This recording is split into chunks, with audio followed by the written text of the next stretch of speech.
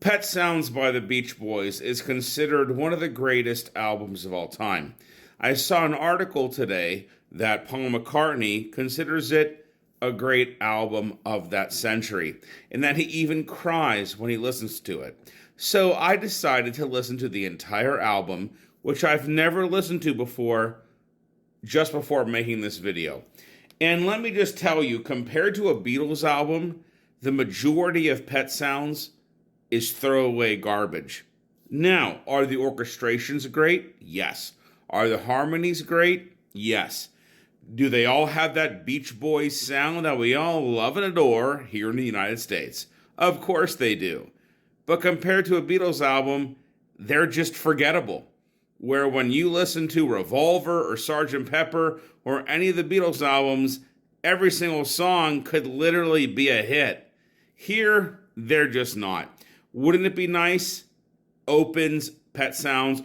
Wouldn't it be nice if we were older? Then we wouldn't have to wait so long. Phenomenal tune. One of their best. So they're going to open with a bang hit. But then, You Still Believe in Me? Never heard that before. That's Not Me. That's not a great song. Don't Talk, Put Your Head on My Shoulder. Would rather not. I'm Waiting for the Day. I'm not going to wait to hear this song ever again. Let's Go Away for a While. I'd rather not listen to that song for a while ever. Sloop John B. For some reason, I've always disliked this song, and I don't know why. It's a huge hit by the Beach Boys, Sloop John B., but just not, I don't know, I'm not slooping with it, you know what I mean? Then the masterpiece, the literal masterpiece of not only this album, but of rock and roll and pop music from this era, God Only Knows. This is the only reason to listen to this album. Now, these days, we don't have to buy albums, but we could just go on Spotify like I'm on right now. But if you said to me, Mike, I gotta go buy a Beach Boys album, I would say definitely go and buy Pet Sounds, if only for God Only Knows. That is the greatest tune of the album, and their greatest tune in Beach Boys history, God Only Knows. I know there's an answer. The answer is I'll never listen to the song ever again. Here today, I won't listen to it tomorrow. Just wasn't made for these times. Neither was this song. Okay, so Pet Sounds, the title track, is instrumental. And it actually has, in my opinion, the best kind of lick or hook in the entire album. But it's instrumental and there are no words. The hook in Pet Sounds is incredible, but there's no words to it. And then the album ends with Caroline, no. But in the song, it sounds it sounds like they're saying Carolina, but it's Caroline, no. Again, not gonna listen to it ever again. They probably should have. So Pet Sounds is weird because the title track is very late in the album, second to last. If it was up to me, if I'm gonna put Pet Sounds that late, just put it last. Because this Caroline No song is a throwaway. Most of the songs on this album are a throwaway. Where in Beatles albums, there are no throwaway songs ever.